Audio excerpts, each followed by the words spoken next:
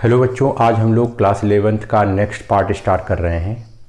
अभी तक हम लोगों ने पढ़ा है कि डिस्टेंस को मेजर करने का एक तरीका, वो भी लार्ज डिस्टेंस को, हमने कल पढ़ा था पैरालॉक्स मेथड। अब बात आती है कि डिस्टेंस को ही मेजर करना है, लेकिन अब वो डिस्टेंस काफ़ी छोटी हो। कितनी छोटी? तो इसका आंसर है कि मॉलिक्यूलर साइज अगर हमें मेजर करना है तो वो हम कैसे करते हैं। तो उसमें आपको एक तरीका बताया गया है जो आपके सिलेबस में है, यही आपको पढ़ना है। अच्छा, अब एक बात ये आती है कि मॉलिक्यूलर जो साइज की रेंज होती है वो कितनी होती है। तो उसकी रेंज होती है 10 की पावर -8 टू 10 की पावर -10, इतने के बीच में मॉलिक्यूलर रेंज पाई जाती है। तो आखिर इतनी छोटी छोटी डिस्टेंस हम लोग कैसे मेजर करेंगे? तो सबसे पहला क्वेश्चन ये उठता है, क्या हम इसको कोई डायरेक्टली मेजर नहीं कर सकते हैं? जैसे कि अगर हम बोलें कि मीटर स्केल से क्या नहीं मेजर कर सकते। एक पहले आप लॉजिक समझिए, ये सब अभी आप भूल जाइए। जैसे मान लीजिए मैं आपसे कहूँ कि ये आपके घर में जो मीटर स्केल है, यहाँ पर 0 है, यहाँ पर 1 है, फिर यहाँ पर ऐसे इसके 10 पार्ट हैं, फिर ऐसे है, फिर ऐसे है, फिर ऐसे। अच्छा, अब मैं अगर आपसे कहूं कि बताइए कि इस स्केल से आप कितना ठीक मेजर कर सकते हैं, ये आपको केवल एक लॉजिक, मैं आपसे ये कह रहा हूं, ये आपको अगर दिख नहीं रहा है तो मैं इसी पार्ट को थोड़ा जूम कर रहा हूं और जरा आप इसको यहां देखिए। मैं अगर केवल इतने पार्ट को बना रहा हूं, इतना बड़ा ये है नहीं, लेकिन तब भी जिससे आपको दिखे, यहां पर मान लीजिए कि मैंने 10 पार्ट किए। अच्छा, अगर मैं कहूं कि जरा आपके पास ये कोई स्केल थी, इससे आप कुछ मेजर करिए, तो एक बात आप ध्यान से जानते रहिए, अगर कोई चीज इतनी बड़ी होगी, इतनी बड़ी, क्योंकि देखिए मिनिमम जो इसकी मार्किंग की गई है वो यहां है और यहां, ये इतना बड़ा, इतना बड़ा, इतना बड़ा, इतना बड़ा, इतना बड़ा, कहने का मतलब इतना बड़ा हम अच्छे से मेजर कर सकते हैं। अच्छा, अगर हमें कोई चीज इससे छोटी मिल गई, मान लीजिए वो इतनी बड़ी, तो कहने का मतलब ये हुआ कि ये इसी में जाके फंस गई, मतलब यहां पर कोई मार्किंग तो नहीं है, तो यहां पर हम बहुत एग्जैक्ट उसको मेजरमेंट नहीं कर सकते। अगर मान लीजिए मैं कहूं कि ये स्केल है, तो इसका एक पार्ट आपको पता है ये 1 mm है, 1 mm, ये सब 1 mm, 1 mm, 1 mm, 1 mm, 1 mm, 1 mm। तो कहने का मतलब मीटर स्केल से हम लोग मिनिमम सबसे छोटा कितना मेजर कर सकते हैं। तो आप कहेंगे 1 mm हम लोग सही मेजर कर सकते हैं। अगर कोई चीज 1 mm से छोटी है तो उसको हम मीटर स्केल से नहीं मेजर कर सकते, बस केवल अंदाजा लगाएंगे, क्योंकि अगर ये इसी के बीच में फंस गई तो हम कहेंगे कि ये 1 mm से छोटी है, लेकिन एग्जैक्ट कितनी है ये हम बता नहीं पाएंगे। अच्छा, तो आप ध्यान से सुनिएगा, 1 mm मतलब अगर हम मॉलिक्यूलर साइज को मीटर स्केल से मेजर करेंगे तो 1 mm होने वाला नहीं है, ये इससे और छोटा है, कहने का मतलब और भी छोटा है। अच्छा, इससे मीटर स्केल से छोटा क्या नापता है? Vernier callipers. तो अगर मैं ऐसे लिखूं, मीटर स्केल कितना मिनिमम छोटा नाप सकता है? मीटर स्केल नाप सकता है 1 mm। वैसे वर्नियर तो 10 की पावर -4 रेंज का होता है मीटर।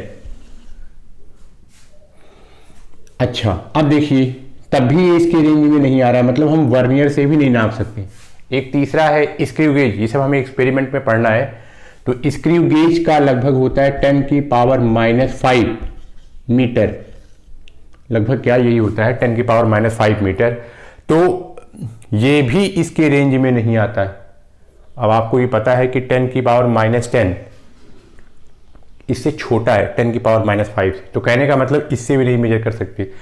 तो हम बहुत स्मॉल डिस्टेंस मतलब मॉलिक्यूलर साइज को ना तो हम मीटर स्केल से, ना वर्नियर से और ना ही स्क्रू गेज से मेजर कर सकते हैं। तो आखिर इसका तरीका क्या है? अच्छा, मान लीजिए हम और आगे बढ़े, हमने कहा कि चलिए हम लोग कुछ माइक्रोस्कोप से मेजर करते हैं। तो आपको पता है कि हमें केवल कुछ रेंज की वेवलेंथ ही दिखती है। वो रेंज की वेवलेंथ होती है 4000 एंगस्ट्रॉम टू 7000 एंगस्ट्रॉम, यही हमको दिखती है। अगर हम किसी माइक्रोस्कोप का इस्तेमाल करेंगे तो वहाँ लाइट का इस्तेमाल होता है और हमें सिर्फ यही वेवलेंथ की लाइट दिखती है। अब आप खुद कंपेयर करिए, ये एंगस्ट्रॉम, ये एंगस्ट्रॉम, एंगस्ट्रॉम को अगर आप रिप्लेस करेंगे 10⁻⁻10 से, ये आपको पता है, तो ये वाली रेंज इससे क्या हो रही है, इससे बड़ी आ रही है। इसका मतलब हम माइक्रोस्कोप से भी इसको नहीं देख सकते। अच्छा, ये देखने का तरीका क्या है, जैसे मान लीजिए यही इसी वेवलेंथ की लाइट हमें दिखती है। कोई चीज़ दिखती कैसे है, जैसे मैं मान लीजिए आपसे कहा कि अगर हमें कोई ये चीज़ देखनी है किससे, माइक्रोस्कोप से, तो वहाँ ये लाइट वाला कॉन्सेप्ट आता है। तो हम क्या करते हैं, मान लीजिए कि हमने 4000 एंगस्ट्रॉम की लाइट इस पर स्ट्राइक कराई तो ये रिफ्लेक्ट हुई। अच्छा, ये थोड़ा साइज इससे बड़ी, तो ये इस पर रिफ्लेक्ट हुई और रिफ्लेक्ट होकर के फिर से हमारी आंख पर आई, तो हमें सेंस हो गया कि आखिर ये कितनी रेंज का होगा। मान लीजिए कि मैं कह रहा हूँ ये 4000 एंगस्ट्रॉम का है, लेकिन कोई भी मॉलिक्यूलर साइज इतनी छोटी है, इतनी बड़ी।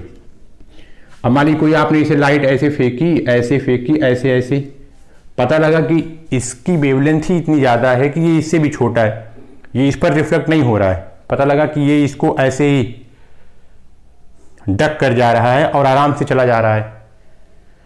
तो यहाँ से जब इस पर कुछ पड़ेगा ही नहीं तो हमें ये लौट करके दिखाई कैसे पड़ेगा।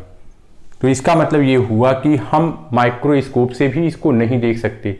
अच्छा, और थोड़ी सी रिफाइंड डिवाइस इलेक्ट्रॉन माइक्रोस्कोप बनाई गई है, उससे हम देख सकते हैं, लेकिन ये हम यहाँ नहीं पढ़ेंगे। हमें एक दूसरा मेथड यहाँ पर देखना है, वो ये है कि ओलिक एसिड एक्सपेरिमेंट से हम किसी भी मॉलिक्यूलर साइज का मेजरमेंट कर सकते हैं।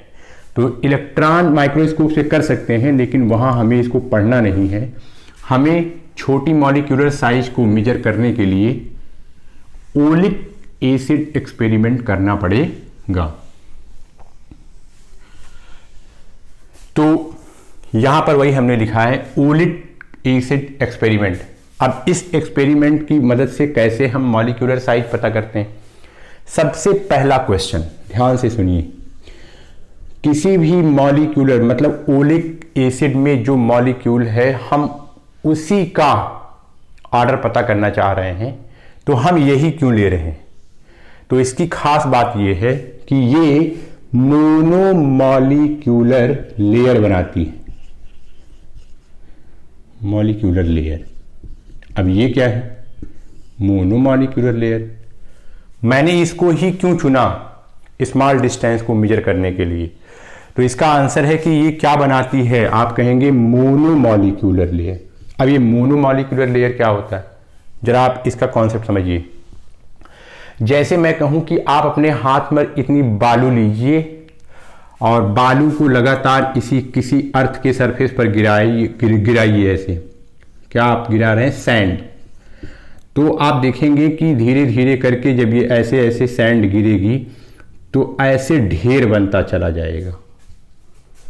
सैंड गिरा रहे हैं लगातार, तो ऐसे ऐसे ऐसे ऐसे ढेर बनता चला जाएगा। ये ढेर इस टाइप का रहे, ये मोनोमॉलिक्यूलर नहीं है।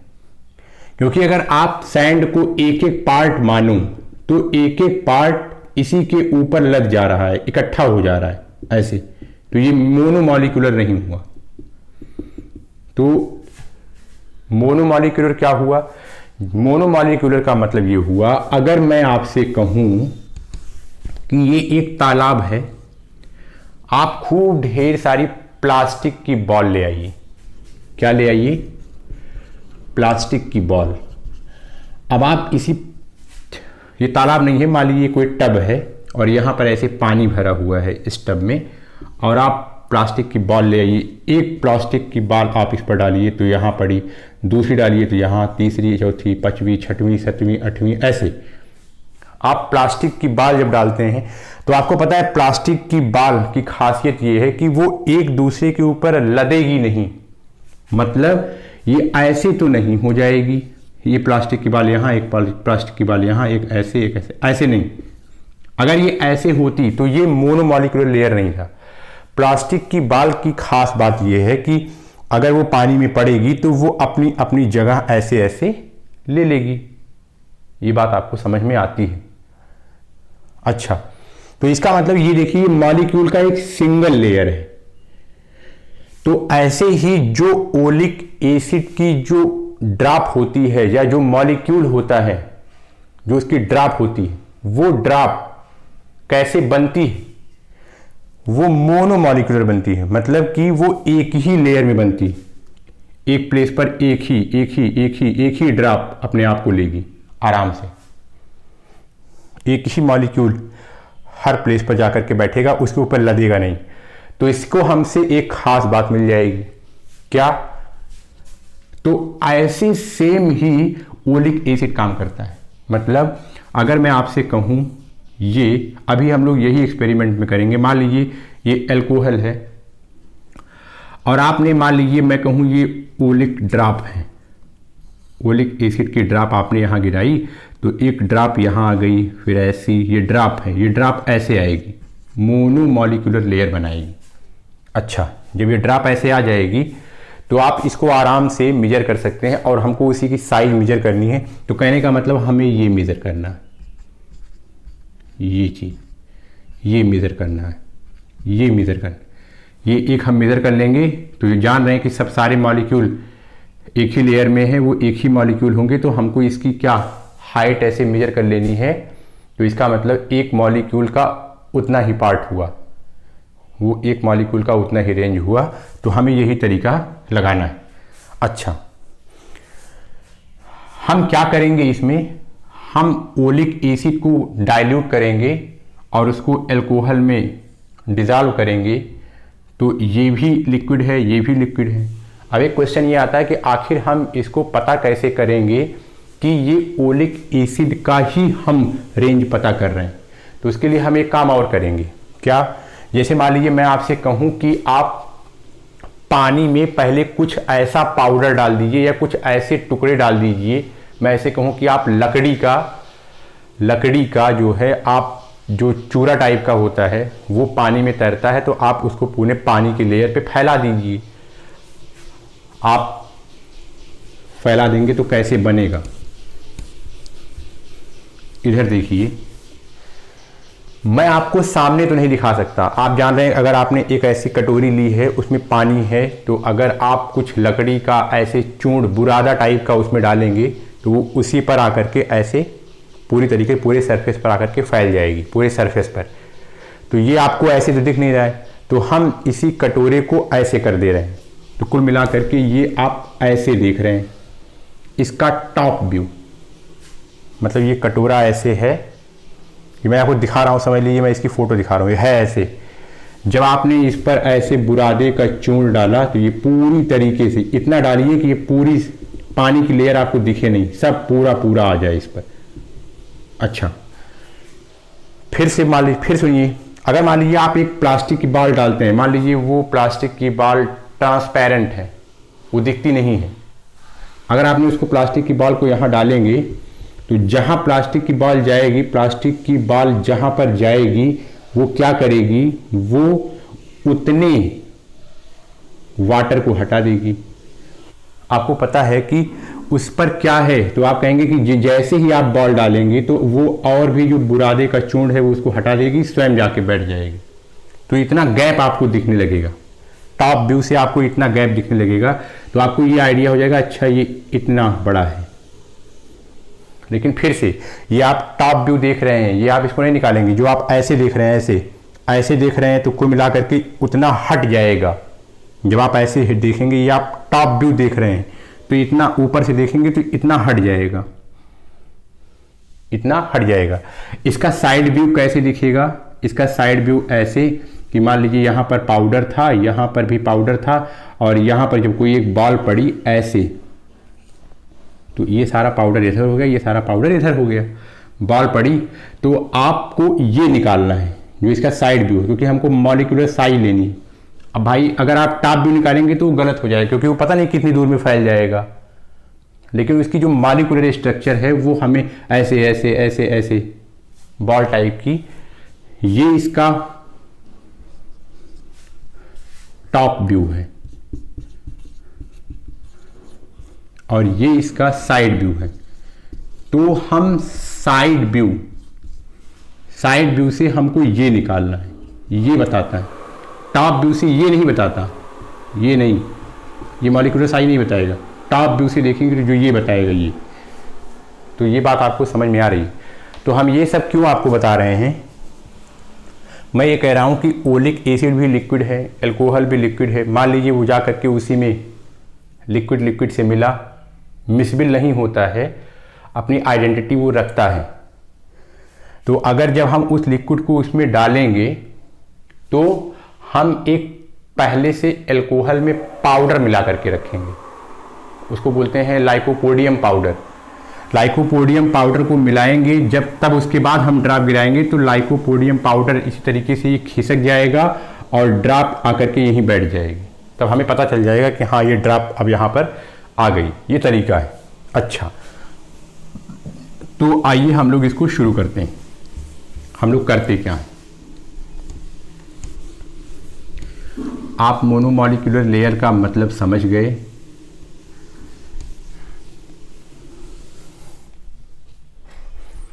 अब ओलिक एसिड एक्सपेरिमेंट में हमें करना क्या है? हम एक काम करेंगे, जो डेटा मैं यहां पर ले रहा हूं यही डेटा आपको लेना है और यही ही आपके लिए ठीक है, और इसी के बेसिस पर आपके एग्जाम में क्वेश्चन आ सकते हैं। मैं ये कह रहा हूं कि आप ओलिक एसिड लीजिए। कितना लेना है आपको? 1 सेंटीमीटर क्यूब। अच्छा, इतना आपने लिया, ये पूरा ओलिक एसिड। आप अल्कोहल ले लीजिए। मान लीजिए यहां पर अल्कोहल है और ये ओलिक एसिड इतना 1 सेंटीमीटर क्यूब का ओलिक एसिड है। आप 1 सेंटीमीटर क्यूब का वॉल्यूम का ओलिक एसिड लीजिए और कुछ अल्कोहल में आप डालिए। कितना? 1 सेंटीमीटर। तो आप इसका एक 20 सेंटीमीटर क्यूब का एक सॉल्यूशन बना लीजिए। मतलब अल्कोहल में इतना ओलिक एसिड डाल दीजिए। इसका मतलब बाकी बचा जो 19 सेंटीमीटर क्यूब है वो सब हमने क्या लिया है? अल्कोहल। तो इसका ये मतलब हुआ मैंने ओलिक एसिड को डाइल्यूट कर दिया। अरे भाई, आपको ये पता है कि जैसे मान लीजिए अगर आप शरबत बनाते हैं, ज़्यादा चीनी डाल देते हैं तो अगर ज़्यादा मीठा हो जाता है तो आप और पानी डाल देते हैं, तो आप यही कहते हैं कि उसकी मिठास को हम डाइल्यूट कर रहे हैं। तो वैसे ही ये पूरी एसिड थी, मैंने उसमें अल्कोहल मिलाया, मैंने इसको डाइल्यूट कर दिया। कितना डाइल्यूट किया? तो इसको हम लोग कंसंट्रेशन टर्म के रूप में पढ़ते हैं। तो क्या मिलाया? तो इसका कंसंट्रेशन हुआ, पहले स्टार्टिंग में कंसंट्रेशन इसका हुआ, पहले कितना मिलाया? 1 सेंटीमीटर क्यूब अपान टोटल। अब ये जो टोटल कितना हुआ? टोटल हुआ सब मिला करके, अल्कोहल और सब मिला करके, तो कितना हुआ? 20 सेंटीमीटर क्यूब। ये इतना कंसंट्रेशन आया, इतने कंसंट्रेशन का एक पार्ट आया। अब आपको फिर से दोबारा एक काम करना है। ये पहले पूरा इसको ठीक से मिक्स कर लीजिए। अब इस पूरे सॉल्यूशन में से फिर से आप 1 सेंटीमीटर क्यूब बाहर निकालिए। मतलब सबसे पहले आप 1 सेंटीमीटर क्यूब ओलिक एसिड लेंगे, उसमें अल्कोहल मिलाएंगे, टोटल सॉल्यूशन इतने का बनाएंगे, ठीक से इसको मिक्स कर देंगे। मिक्स करके फिर से आप उसमें से 1 निकालेंगे, फिर से 1 निकालेंगे, फिर से आप उसमें और अल्कोहल डालेंगे जो आप निकाले हैं, फिर से आप इसको अल्कोहल डालेंगे। तो पहले आपने कितना निकाला था तो उसका कंसंट्रेशन कितना था? तो आप कहेंगे 1/20 सेंटीमीटर क्यूब। फिर आपने कितना? फिर आपने उसको 20 इतने पार्ट से और डाइल्यूट कर दिया। तो कुल मिला के आपने टोटल कितना डाइल्यूट किया? तो आप कहेंगे 1/20 मल्टीप्लाइड बाई 20। इतना आपने इतना डाइल्यूट कर दिया। मतलब आपको ओलिक एसिड को 2 बार डाइल्यूट करना है। जैसे मैं कहूँ कि अगर आप एक छोटी सी ग्लास लें, उसमें पहले खूब चीनी भर दें, तो इसका मतलब उसका कंसंट्रेशन काफ़ी हाई है। तो आप जब पूरा वो मिक्स हो जाए तो उसको आप एक काम करिए, फिर से 1 गिलास पानी उसमें और डाल दीजिए, फिर से उसको और फीका कर लीजिए, कंसंट्रेशन उसका कम हो गया तो उसमें से फिर कुछ हाफ ड्राप निकालिए, फिर इसको पकड़ करके फिर से कुछ उसमें पानी मिला दीजिए। तो अब आप लगातार क्या कर रहे हैं, आप डाइल्यूट कर रहे हैं। तो ये तरीका है कि पहले आप 1 सेंटीमीटर क्यूब लेंगे, फिर इसमें आप अल्कोहल मिलाएंगे, मतलब उसको आप डाइल्यूट कर रहे हैं, फिर पूरा मिक्स करेंगे, फिर जो नया बना डाइल्यूशन वाला फिर उसका 1 पार्ट लेंगे, फिर आप उसको फिर से उसको और डाइल्यूट करेंगे 20 करके। तो इसका मतलब आपने 2 बार डाइल्यूट किया। तो जब 2 बार आपने डाइल्यूट किया तो इसका ये आंसर आया 1/20 × 20। तो हमने इसको 2 बार डाइल्यूट किया, किसको, ओलिक एसिड को 2 बार डाइल्यूट करके। अब हमने एक काम किया, कौन सा काम किया, मतलब मैंने कितना उसको डाइल्यूट किया, तो 1/400। अरे भाई जब यहाँ मल्टीप्लाई करेंगे 20 तो ये आएगा इतना सेंटीमीटर क्यूब, किसका, dilute acid, dilute oleic acid.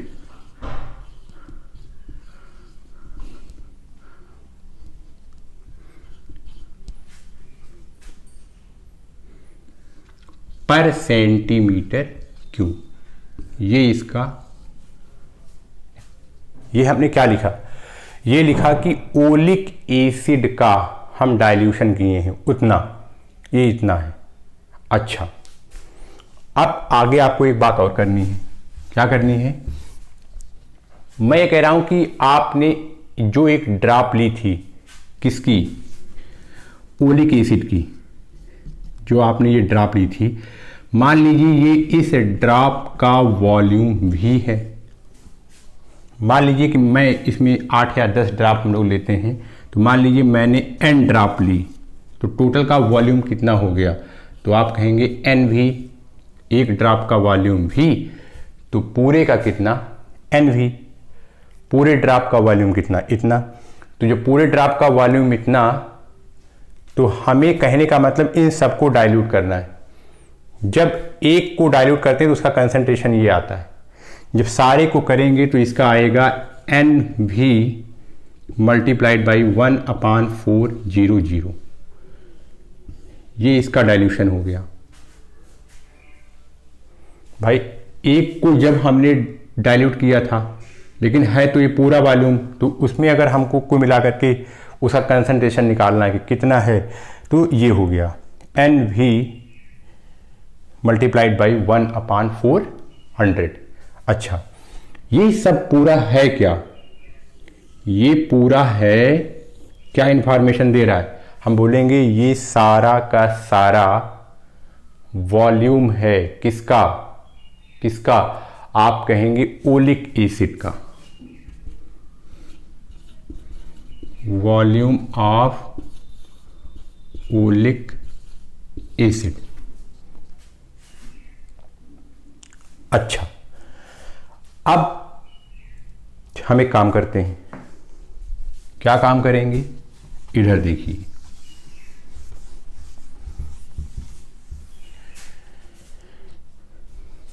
देखिए अब हम इतना इसको डाइल्यूट किए, सारे का वॉल्यूम निकाल लिए। जब हम इसको उसमें डालेंगे तो वहाँ पर हम पहले से इसमें अल्कोहल में लाइकोपोडियम पाउडर डिज़ोल्व किए रहेंगे। क्या डिज़ोल्व किए रहेंगे, lycopodium powder. Lycopodium powder just कुछ नहीं, सिर्फ वो दिखाएगा कि हाँ ओलिक एसिड वहाँ पर उतना आकर के बैठ गया है। जब लाइकोपोडियम इस पर डालेंगे, जब हम उस पर ड्रॉप डालेंगे, तो कुल मिला करके ड्रॉप कुछ ऐसी बनेगी जो आपको फ्रंट व्यू दिखेगी। फ्रंट व्यू जो आपको दिखेगी वो कुछ ऐसी ऐसी। अच्छा, हमें तो इसकी साइज निकालनी है। तो ये आपका फ्रंट व्यू हो गया।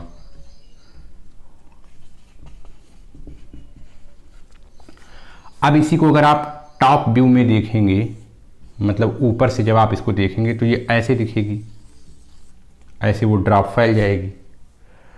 अच्छा, अब वो ड्रॉप कितना फैलेगी ये आप जान सकते हैं, क्योंकि अब पाउडर उतना चला गया, वो लगभग सर्कुलर शेप का एक्वायर करता है। तो आप इसका डायमीटर मेजर कर सकते हैं। डायमीटर मेजर करके इसका हाफ कर लेंगे तो आपको इसका एरिया पता चल जाएगा। अच्छा, अब ये आपको पता है, ये तो आपने टॉप व्यू देखा, लेकिन जब आप इसको फ्रंट व्यू देखेंगे तो आप ये जान रहे हैं बॉल की तरह कुछ बॉल ऐसे अंदर डूबी हुई तो रहेगी। तो इसका ये मतलब हुआ कि ये इसकी क्या है, ये इसकी मोटाई है। इसका मतलब ये इसका टॉप व्यू है, ये इसका क्या है, टॉप व्यू। तो इसकी मोटाई यहाँ पर हम ऐसे बना रहे हैं, जो कि आप इसको ऐसे समझ पा रहे होंगे। ये ऐसे मान लीजिए है, अगर ये ऐसे वहाँ दिखती तो ये इसकी थोड़ी सी यहाँ पर नीचे इसकी मोटाई भी हल्की फुल्की होती। मान लीजिए ये मोटाई टी है इसकी, और यही हमको निकालना है, यही हमको निकालना है, यही तो निकालना है, ऊपर नहीं। अच्छा, तो हमें ये पता है कि पूरे का वॉल्यूम कितना है, पूरे का वॉल्यूम इतना है, पूरे का वॉल्यूम इतना है, इतना पूरे वॉल्यूम, पूरे ओलिक एसिड का वॉल्यूम इतना है। अच्छा, अब आपको एक बात पता है क्या, वॉल्यूम पूरे का इतना है। वॉल्यूम इज इक्वल टू आपको पता है एरिया मल्टीप्लाइड बाई उसकी हाइट। अगर कोई चीज़ ऐसी होती है, अगर मान लीजिए कोई चीज़ ऐसी है, अगर आपको ये वाला एरिया पता है, अगर ये हाइट पता चल जाए तो आप जानते हैं ये एरिया को मल्टीप्लाई कर लिए किससे, हाइट से, तो आपको क्या निकल जाता है, वॉल्यूम। हमें इसका पूरे का वॉल्यूम पता है, तो वॉल्यूम इक्वल टू इसका एरिया, टॉप का एरिया, ये जो सर्किल टाइप का बनेगा ऐसे, टॉप का एरिया, क्योंकि आप इसका डायमीटर निकाल सकते हैं, तो डायमीटर से आप उसका हाफ करेंगे। यहाँ पर आप क्या पाएंगे, डायमीटर, डायमीटर का आप क्या करेंगे, हाफ, तो ये क्या बन जाएगा, रेडियस। तो पाई आर स्क्वायर से आप इसका क्या निकाल लेंगे, ऊपर का एरिया, एरिया को मल्टीप्लाई कर देंगे किससे, आप कहेंगे कि ये इसकी हाइट से, टी से, तो ये क्या बन जाएगा, वॉल्यूम। और यही वॉल्यूम तो हमें दिया है, तो यहाँ पर एरिया मल्टीप्लाइड बाई टी। अच्छा, अब आप यहाँ देखिए, अब बताइए कि इसका वॉल्यूम कितना दिया गया है। आप कहेंगे N V upon 400 is equal to area और टी। तो आप यहाँ से इसको ऐसे लिख सकते हैं, N V upon A 400 is equal to T. ये तो यही टी, यही तो टी हमें निकालना है। ये इसका मॉलिक्यूल का कितना साइज है, हमें ये निकालना है। तो कुल मिलाकर के आप इसका एरिया निकाल लेंगे, कितनी नंबर आप ड्रॉप आपने डाला था ये निकाल लेंगे, और एक ड्रॉप का वॉल्यूम आपको वहाँ पर दिया जाएगा इंफॉर्मेशन में, ये आप निकाल लेंगे। तो आप यहाँ से उसका टी निकाल सकते हैं, और यही टी उसकी साइज है। तो आपको क्या पता चला, volume is equal to A into T. Volume कितना, एन वी अपान 400, ये वॉल्यूम है, मतलब सेंटीमीटर क्यूब। अच्छा, एरिया आप निकाल ही लेंगे, जो भी एरिया आएगा वो सेंटीमीटर स्क्वायर में। ये क्या, इसका टी, मतलब ये इसकी वही हाइट। अच्छा, आप इसको एक काम करेंगे, N V upon A centimetre cube 400 is equal to T. ये क्या हो गया, सेंटीमीटर क्यूब, सेंटीमीटर क्यूब से सेंटीमीटर स्क्वायर चला गया, तो क्या बचा, N V A 400 is equal to T, केवल एक बचा तो यहाँ पर सेंटीमीटर। और ये आपको पता है कि क्या है, ये लेंथ ही तो है और वही लेंथ हमें मेजर करनी है। ये इसकी हाइट, कुछ इसकी क्या होगी, इस ड्रॉप की हाइट, यही टी, यही हमें पता करना है। तो यहाँ से ये मेरे पास एक फार्मूला आ गया, इसी फार्मूले को आप याद रखेंगे विद डेरिवेशन। अब आगे देखिए, इसी मॉलिक्यूलर साइज की रेंज पर आपको थोड़ा सा अभी आभास होगा कि आखिर किसी एटम का जो न्यूक्लियस है वो कितना छोटा होता है। तो इसी के बेसिस पर एक एनसीईआरटी में आपको एग्जाम्पल दिया गया है, इसी चैप्टर में एनसीईआरटी का एग्जाम्पल नंबर है 2.5। अच्छा, ये क्वेश्चन क्या कह रहा है, मैं आपको इसको एग्जाम्पल के रूप में बोल रहा हूँ। ये कह रहा है कि किसी न्यूक्लियस की साइज जितनी होती 10 की पावर -15 टू 10 की पावर -14। तो हम सबसे लोअर वाला केस लेते हैं। चलिए मान लीजिए किसी न्यूक्लियर की साइज इतनी होती। आप ये समझ रहे हैं कि ये एटम है और एटम का जो न्यूक्लियस, ये न्यूक्लियस है, तो ये न्यूक्लियस कितनी रेंज का है, तो बोल रहा है कि 10 की पावर -15। अच्छा, अब ये कह रहे हैं कि मान लीजिए कोई न्यूक्लियस है जो इतनी रेंज का है 10 की पावर -15 का। आप एक काम करिए, आप इसको स्केल कर दीजिए, आप इसको बड़ा कर दीजिए अपने मन से। कितना बड़ा करें इसको, तो कह रहे हैं कि किसी पेन की टिप के बराबर। तो आप सोचिए कि पेन की टिप से कितना छोटा न्यूक्लियस होता है, तो पेन की टिप कितना उसकी साइज होती है, तो ये दिया गया है। ये मतलब न्यूक्लियस की साइज 10 की पावर -15 है। आप अंदाजा लगाइए, ये 1/10 की पावर 15 मतलब 1 का इतनवा पार्ट, और पेन की साइज 1/10 की पावर 5 मतलब ये इसका इतनवा पार्ट। इसका मतलब 1 के 10 की पावर 5 पार्ट किए गए, इसे 1 के 10 की पावर 15 पार्ट। इसका मतलब ये बहुत छोटा है, मतलब न्यूक्लियस की साइज बहुत छोटी। इसको बड़ा करना है, स्केल अप का मतलब इसको बड़ा करिए। कहाँ तक, पिन की साइज तक, इतना बड़ा। अच्छा, तो आपसे क्वेश्चन पूछ रहा है कि ये बताइए, अगर आप इसके न्यूक्लियस को जो 10 की पावर -15 था उसको बड़ा करके 10 की पावर -5 तक कर गए, तो आप बताइए कि जो हमारा एटम होगा वो कितना बड़ा हो जाएगा। जैसे अगर मैं ये कहूँ कि जब ये ओरिजिनल शेप में था तो इतना था, जब आप इसका न्यूक्लियस बढ़ाएंगे तो वैसे वैसे इसका ये भी बढ़ेगा। ये इसकी, मान लीजिए मैंने आपको कहा कि इसका आपने पेन की टिप की साइज की कर दिया इतना बड़ा न्यूक्लियस, तो मैं कहता हूँ ये मान लीजिए इतना बड़ा हो गया ऑटोमेटिक। तो ये कितना होता है, जरा आप इसको जरा सोचिए ध्यान से। इधर देखिए, तो आप यहां पर दिमाग लगाएंगे कि आखिर कितना बढ़ा, कितने टाइम। पहले कितना था, पहले कितना था 10 की पावर -5 ना। कहने का मतलब पहले कितना था 10 की पावर -15, कितना इसको बड़ा कर देना है तो 10 की पावर -5। तो हम ये निकालना चाह रहे हैं आखिर कितना टाइम बढ़ा।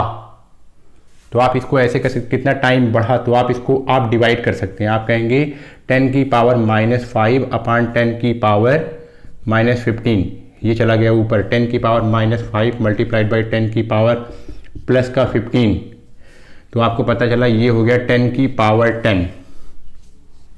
इसका यही मतलब हुआ, इसका मतलब ये हुआ कि मैंने न्यूक्लियस की साइज को इतना से इतना बड़ा कर दिया। तो कितना गुना किया बड़ा, तो 10 की पावर 10, 10 की पावर 10। अच्छा, इसका मतलब न्यूक्लियस 10 की पावर 10 टाइम बढ़ा है, तो उसी रेशियो में जो एटम की साइज है वो भी 10 की पावर 10 टाइम बढ़ जाएगी। तो एटम की साइज कितनी होती है, पहले जब कितनी थी, तो आप 10 की पावर -10 होती, ये इस रेंज की होती है। अब इसको भी हम कितना बढ़ा दें, इतना ही, तो आप कहेंगे 10 की पावर -10 मल्टीप्लाइड बाई 10 की पावर 10, इतना टाइम बढ़ा दीजिए, तो ये क्या हो जाएगा 10 की पावर 0 मतलब 1, और ये आपको पता है 10 की पावर 10 मीटर है। तो आप यहाँ देख सकते हैं कि अगर आप किसी भी न्यूक्लियस को पेन के टिप के बराबर रखते हैं, तब वो न्यूक्लियस 1 मीटर की रेंज का हो जाएगा। वो न्यूक्लियस नहीं, सॉरी, वो एटम 1 मीटर की रेंज का हो जाएगा। जाएगा। तो ये एक आपको ऐसे ही इसका एक आइडिया था। तो ये आपका कॉन्सेप्ट ख़त्म हो गया। Thank you.